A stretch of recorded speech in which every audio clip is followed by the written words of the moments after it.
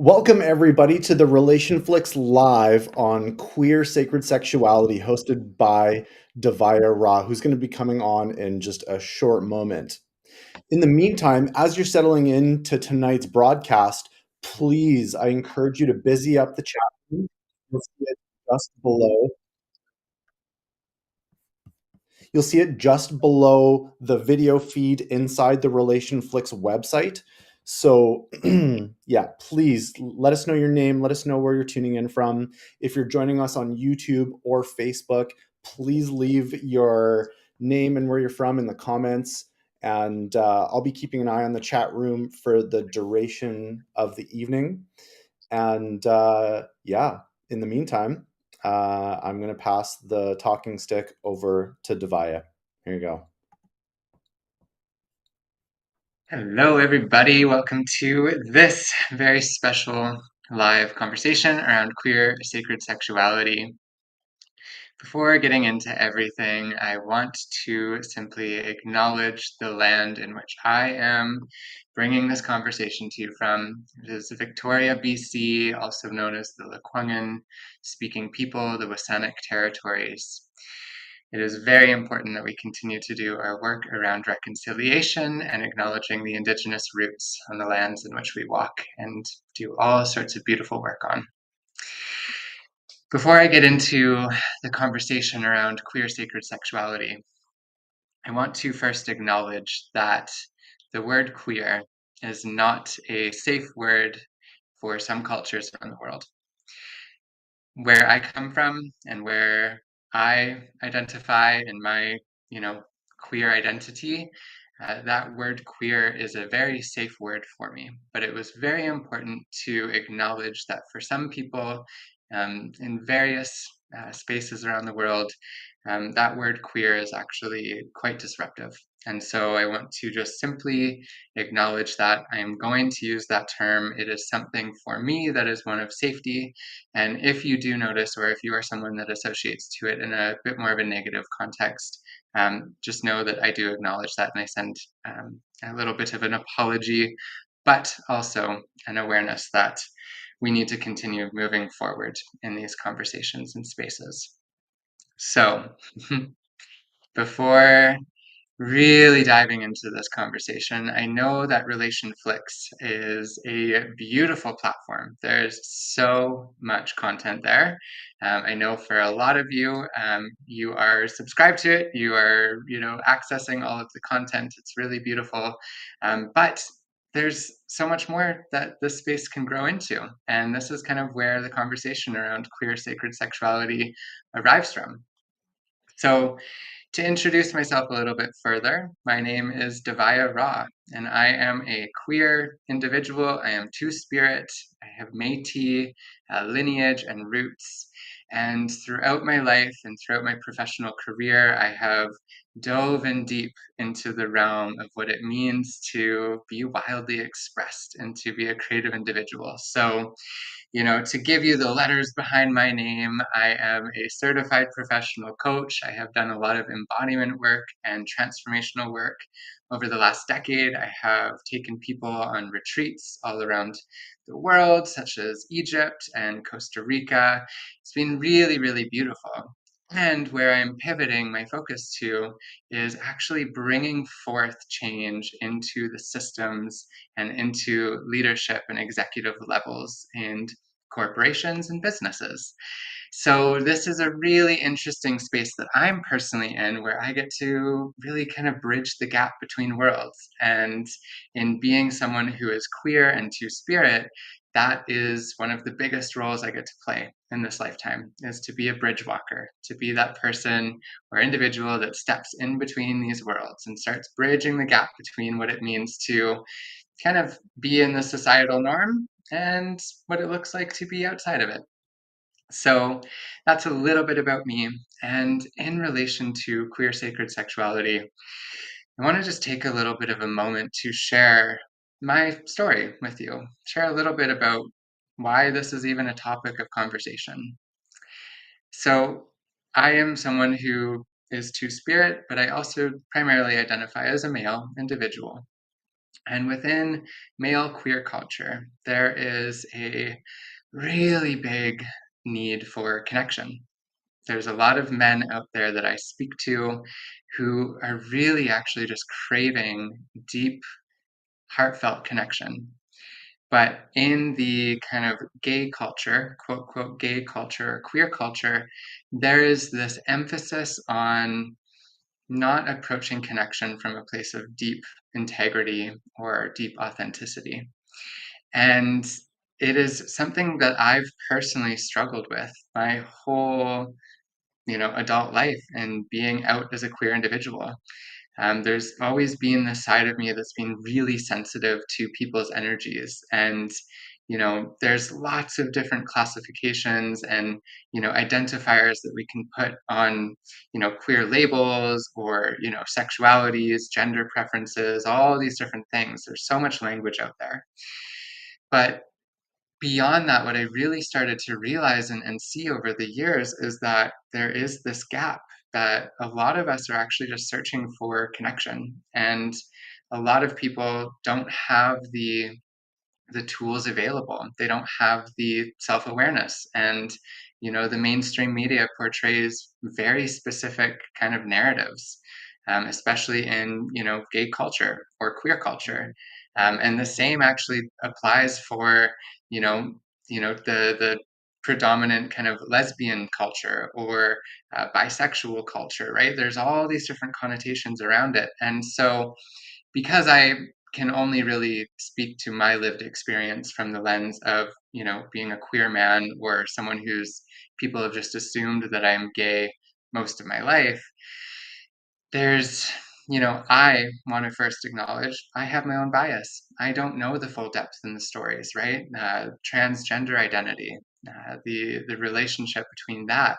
There's so much in this, and so when I'm speaking about queer sacred sexuality, and when we really start getting into this conversation, I do want to just own it and claim it that this is a conversation that can be brought into so many different areas. So I'll pause there. I just need a moment to just exhale into this a little bit. When I really think about queer sacred sexuality and how this is different from, a heterosexual or cisgendered sacred sexuality, in the context of how I relate to that word queer, this is a superpower. I really, really actually love to welcome in the possibility that most people have an element of queerness to them. Doesn't mean that it's, that you're sexually attracted to the same sex. It doesn't mean that you're going to act on anything, but there's an element of this queerness when we really start to become embodied in who we are. We no longer feel like we have to stick in, the societal roles of male, female. And when we're looking at this from an energetic perspective, we all have masculine and feminine qualities to us, right? Predominantly, we can say our emotional body is tied to our feminine way of being, or our physical strength is tied to our masculine way of being.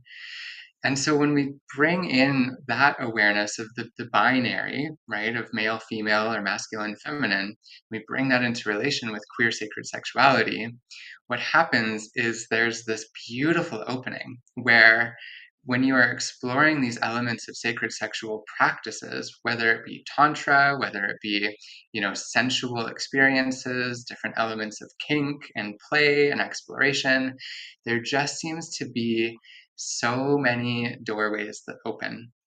And, to get a little bit real and vulnerable with you, and my lived experience, actually, in the last probably about 6 months or maybe about a year now, I've personally been opening myself up to the possibility of various ways of connecting with humans. So, yes, on a sexual attraction, I am predominantly attracted to men, right? As I said earlier, most of my life, people have just called me gay. They have assumed that I'm very feminine presenting. I have certain mannerisms to me that is stereotypical to being gay. But I personally don't associate with that title. I like to call myself queer, and I'm just kind of a, two-spirit. I dance between these spaces. And as I've been, getting more and more confident and more comfortable in how I express my sexuality, what I've actually started to discover is that bringing in different sensual play experiences has been really, really fun. And it is not strictly with men. It can be with, women. It can be with people who are non-binary, who don't, identify as being male or female. They're outside of the binary construct. And I've also been able to explore this with transgendered folk. And what's really fascinating is I'm personally learning that there's this really fun exploration that takes place where you remove the sexual expectation from anything. And I think that's a really big thing that applies to anybody across the board. When we are exploring sacred sexuality work, how important it is to realize that we need to actually remove our sexual expectations. We need to put them way over here so that we can actually show up to the energy and to the experiences that want to be cultivated. And what is beautiful in this is that there's so much available. But what is challenging is that a lot of people get super intimidated by this space. And so that's one of the first kind of barriers that I want to speak to around what, a barrier might be within queer sacred sexuality. And I imagine I'll make the assumption that it's a barrier that's in sacred sexuality practices in general, is that for those that this is new to them, because we're so programmed into hookup culture, into online dating apps, into filling the need very quickly, kind of satisfying that emotional void, that really comes down to all of us just want connection and crave to be seen and validated in our human experience, because the mainstream world is so focused on the quick fix and the band-aid. When someone like myself or like yourself comes in offering real sacred sexual practices that involve some really beautiful but really vulnerable spaces, that can be super intimidating to people. So, one of the ways that I can offer you to kind of soften those edges is to really approach this with a lot of ease and a lot of curiosity. And, for myself, I know that there's so many layers to this journey. I have so many different, kinks and plays and ways that I want to express and feel liberated, but I'm being patient because I know that finding the right connection takes time.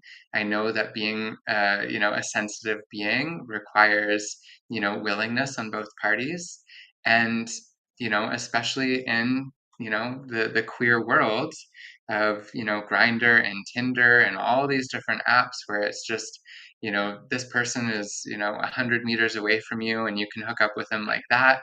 Um, the way I approach, my sexuality and my desire for connection is very different than the mainstream narrative. And so I give myself a lot of patience for that. And, for people who, all they know is hookup culture, I also need to give them that same level of compassion and patience because this is what the world has programmed into us, right? When we look at porn culture, when we look at all of these different things, it is really quite a strong masculine penetrative force that basically is trying to say, get your need met and fill it and then move on, right? But at the end of the day, it's our inner feminine is often the one that is experiencing lack.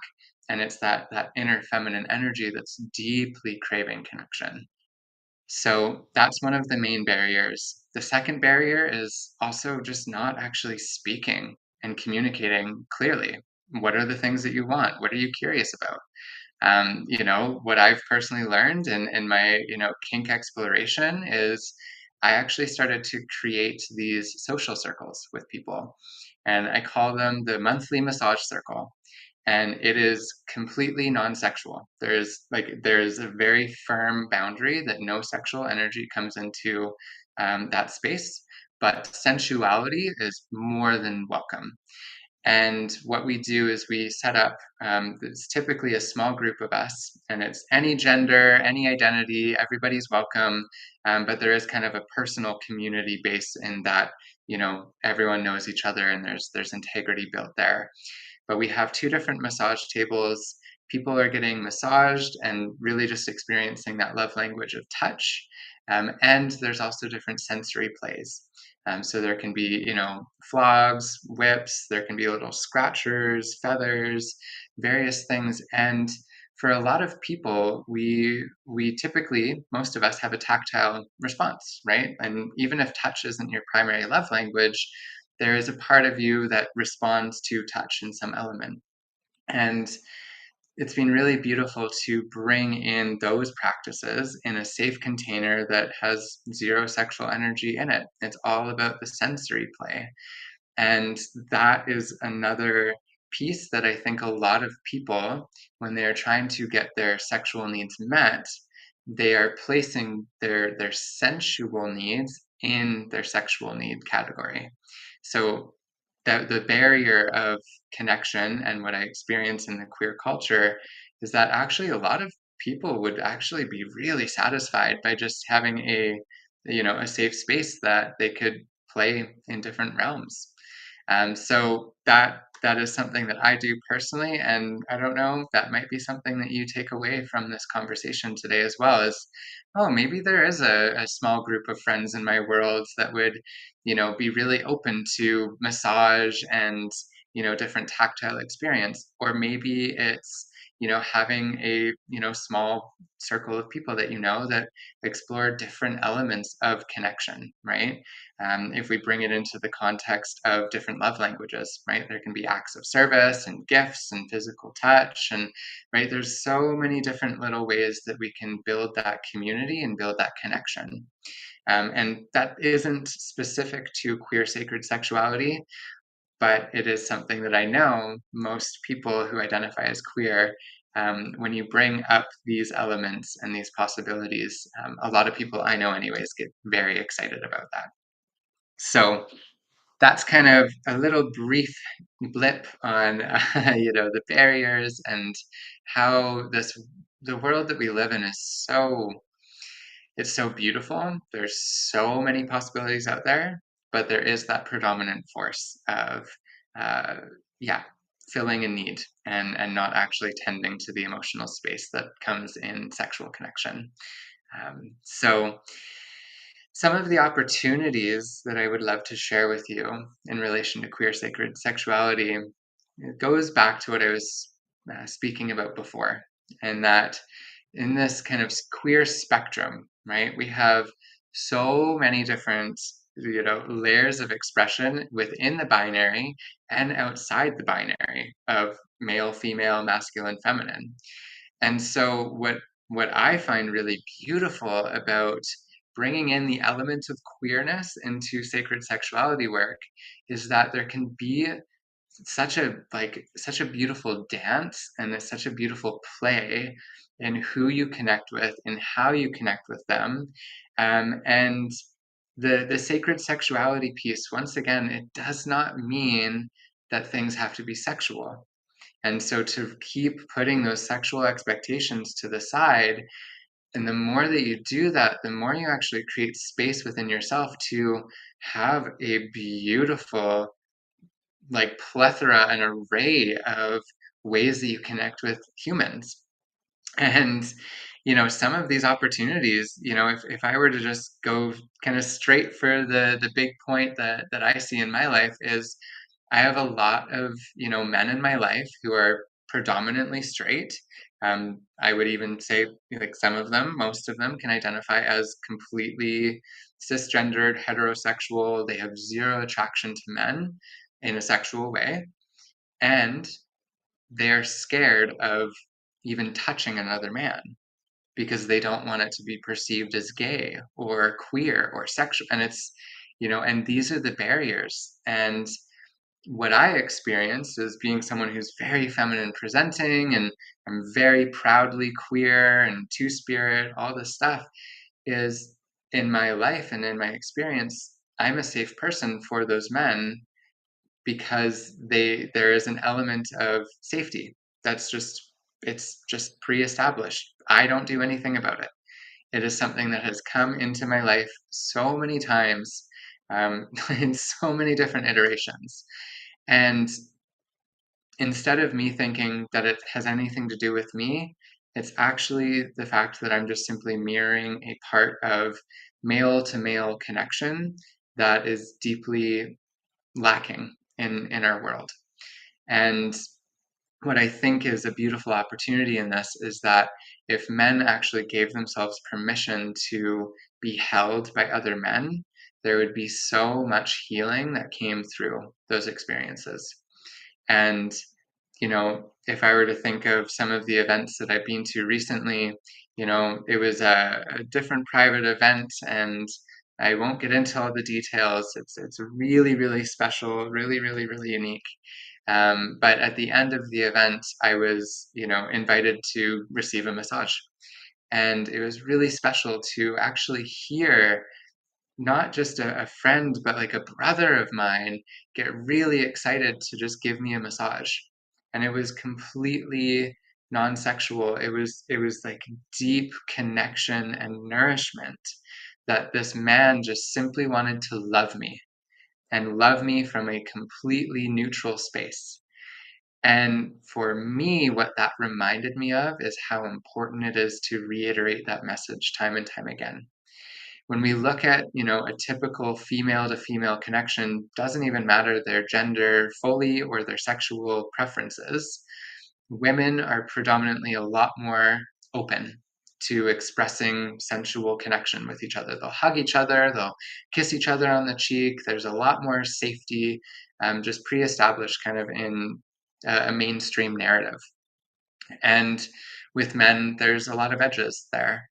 And it's just a really, really clear uh, point of recognition that wants to come through in this live to you right now in this moment. If you are a man, or if you are a woman, or if you are someone that dances between these spaces, um, to just simply remember that for a lot of men, they actually do crave an element of male intimacy in their life, but most of the time, a lot of us have been robbed of that from a very early age. And this is part of intergenerational trauma work. This is part of different generational gaps, in emotional intimacy and availability. And it's just a really, really important thing to remember, because the more that we can actually usher in more of these practices, and the more that we can actually be safe people, we're not just giving that permission to ourselves, but we're giving that permission to anyone who is willing to step into that invitation. And for those of us that do practice sacred sexuality, or for myself practicing queer sacred sexuality, I have to be very cognizant and aware of when those edges come up. And it's not about trying to force connection onto people. Oh, I'll make you feel safe. No, no. This is generational work. This is where sacred sexuality goes into some pretty deep healing pieces at times. And, even on a very basic thing, what I would perceive as a basic thing, such as giving another man a hug, for some men, that is completely off the table for them. And that's okay. That's not their fault. There's no shame. There's nothing negative to that. We just need to recognize that there are layers that we are deconstructing in this world. And could it be put under the lens of queer sacred sexuality? Sure. Could it just be put under the lens of sacred sexuality? Sure. It could also just be that at the end of the day, we are just human beings that want to experience connection. So, the final piece here is, and I'm aware I haven't actually really spoken to my queer community yet. So, this is really fascinating. I felt like I needed to share things from a lens of being in a bit more of a binary construct here. Um, for those of you that are watching, listening, tuning in, and you are queer like me, hey girl, I see you. You know, like shake your sparkly self. Um, Once again, being queer is a superpower. And in the element of sacred sexuality and Tantra and all of these different embodiment work and practices and modalities that we can study, the queerness is still up and coming. And so, for those of you that are listening right now that are queer and you are practicing various elements of embodiment work, you are a revolutionary. You are a rebel. You are breaking so many layers in society. And when you are holding it in a place of reverence and sincerity and integrity, you are not just simply creating this space for yourself and for the generation that we are a part of, but this is going to be creating ripples into the future. And we are actually coming back to our ancient roots. When you look at Indigenous culture, there's always been queer identity. Whether it be two-spirit, non-binary, whatever label, whatever word you want to put to it, queer people have always been here, and we're not going anywhere. And in relation to sacred sexuality work, I will be bold, I will be disruptive in saying this, but Tantra work and sacred sexuality work is still predominantly based in a heteronormative complex. There, I said it. I will be the person to speak those things. That's not wrong, though. But it's a stepping stone. It's saying that there's more to this, that we can evolve these practices. And when I take a moment to just simply speak to my queer folk, be curious. What are those ways that you can dance between the lines? What are those ways that you can, you know, honor and hold sacred sexuality in a really beautiful way? And it's almost kind of like, what are the rules that we have to learn? And then how can we break them a little bit? How can we push past that boundary? What are those edges that we face? Because even those of us who are in the realm of sacred sexuality or tantra or whatever we might want to call it, breath work, and all these different spiritual practices, a lot of these practices have roots that are still actually based in heteronormative narrative. And it's not to say that those are important pieces that we still have to look at and hold, but once again, the rainbow is a whole spectrum. Queer identity is a whole spectrum. Neurodivergence, we didn't even get into that today, and I won't, but right, these are all spectrums. There's so many different ways that we can be building connection, that we can be reminding ourselves that at the end of the day, we're all just human. We are all craving connection. We just want to be seen and validated in our human experience.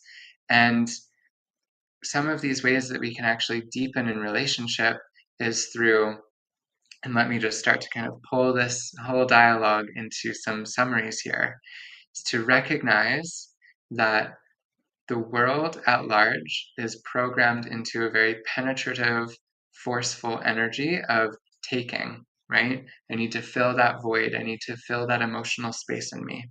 So it's first recognizing that, and then recognizing that although it is this taking energy, at the end of the day, most people out there are actually just craving connection. By doing that, that alone changes your perspective and changes how you can associate to people.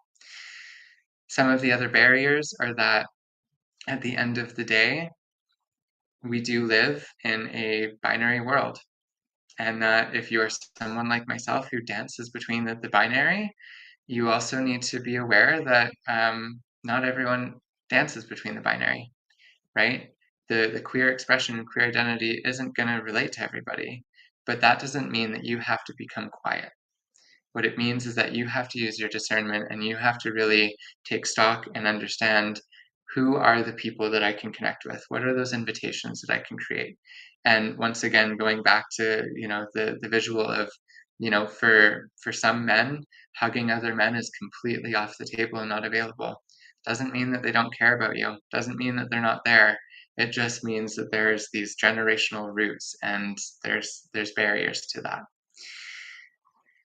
Other pieces to summarize here.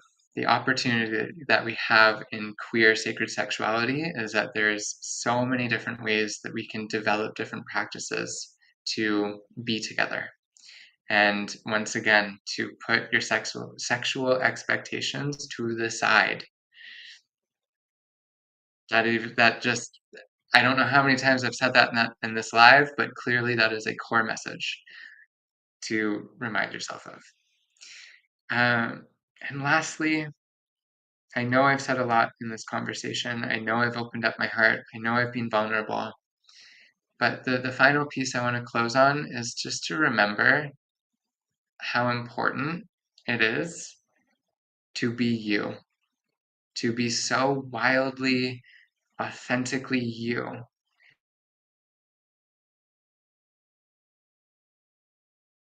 To be a little bit different, to be a little bit more bold.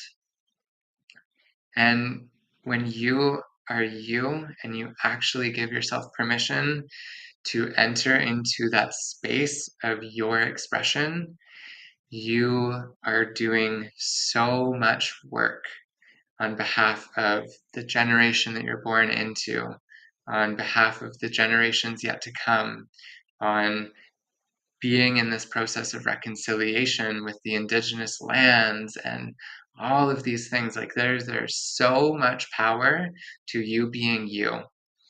And at the end of the day, only you live between your two ears. So whatever that conversation is that you're having with yourself, you need to acknowledge it. You need to check yourself. You need to love yourself. And you need to celebrate. You're here for a reason. And with that, I will simply say thank you for letting this two-spirit queer individual come into Relation Flicks, stir the pot a little bit, shake some shit up. Oops, I swore. I was saving that. And I thank you for just giving me the space to show up in my authenticity and to speak on this topic of queer sacred sexuality. So, from my heart to yours, I say thank you, and until next time.